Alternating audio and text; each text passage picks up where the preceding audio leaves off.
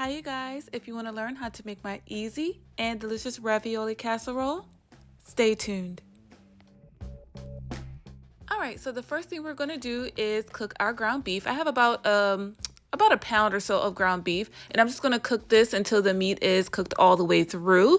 And once the ground beef is cooked, I'm also draining most of the fat out of it as well. So I'm using my favorite brand of tomato sauce, which is the classical brand, and this is the 4-cheese flavor. I'm going to pour all of that in with my ground beef, and then also add in a little bit of water to get all of that sauce out. Just like so, we're going to give this a good stir, and then we're going to season this up with some salt, some pepper, some onion powder, garlic powder, an Italian seasoning blend, and also some sugar to cut that acidity from the tomatoes. And you guys have seen me do this several times for my lasagna recipe and my baked ziti recipe, which I will leave in the description below for you guys. So we're just going to give all of this a good stir, making sure those seasonings are just incorporated all throughout our meat sauce. And then we're going to put a lid on it and let this simmer for a good 20 minutes or so. All right. Alright, so now we're going to move on to making our bechamel, and a bechamel is pretty much a rich white sauce that you typically see in Italian recipes. I've made this recipe with or without the bechamel, and they both taste amazing, but I just wanted you guys to see the version with the bechamel. Traditionally, bechamels are made with butter. But on this particular day, I didn't have any butter, so I substituted with another fat, which was olive oil. And the beginning of a bechamel is pretty much like making a roux. So you want to do equal parts fat and flour, which is what I did there. And you want to cook that flour out for about a minute or so you won't get that raw flour flavor in your bechamel. So now we're going to go ahead and start adding in our milk little by little, and we're going to stir the whole entire time because we want our bechamel to be nice and silky and smooth.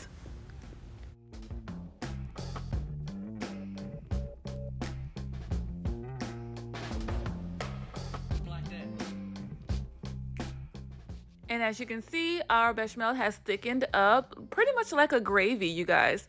So now when you get to this point, we're going to go ahead and season it simply with some salt and pepper. And I also added in an Italian cheese blend to my bechamel as well. I'm also adding in just a touch of nutmeg, as you guys saw there, like barely a dash of nutmeg. And that just brings out a beautiful flavor in your cheese sauce, you guys. So our bechamel is done. Of course, we're going to go ahead and taste it to make sure that we don't need to adjust for seasoning. All right, so now moving on to our ravioli. I have the Publix 3-cheese ravioli that you can find in the freezer section. You don't have to use this brand, just use whatever frozen ravioli that you can find, but this brand is really, really good. And I'm just going to cook mine probably for like 2 minutes, you guys. You don't want to overdo it because it will be going in the oven. So now we're going to go ahead and build our casserole. So I'm putting down some of our meat sauce at the bottom. On top of that, we're going to drizzle a layer of that bechamel, and then we're going to sprinkle an Italian cheese blend on top of that. On top of that, we're going to put our raviolis down. You can definitely do this like a lasagna by doing multiple layers, but I did not want to do that. We're going to just try to make this as easy as possible. So I just added all my ravioli in one layer, and then on top of that, we're adding the remainder of our meat sauce and the remainder of our bechamel. We're going to smooth this out just like so, and then we're going to put on a layer of our Italian cheese blend as well as a generous sprinkling of Parmesan cheese.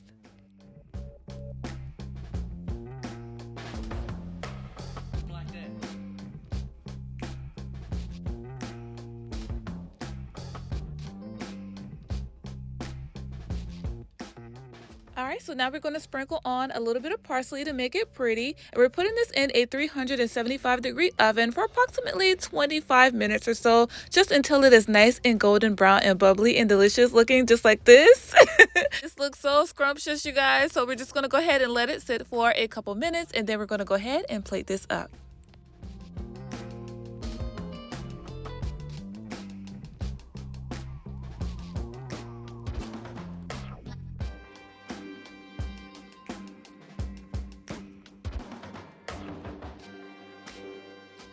So there you have it, you guys, my easy and delicious ravioli casserole. This dish is definitely a hit in my household. When I make this, I know everybody's going to eat and everybody's going to be satisfied. I do have a picky 4-year-old, and even she tears this up and she's like, Mommy, this is so delicious. We took a shortcut with our ravioli, but we amped it up with that delicious meat sauce and that creamy, rich bechamel, you guys. You have to give this recipe a try. I hope you love it just as much as we did. Thank you guys so much for clicking and watching this video. As always, I love y'all so much, and I will see y'all on the next one. Until then, bye.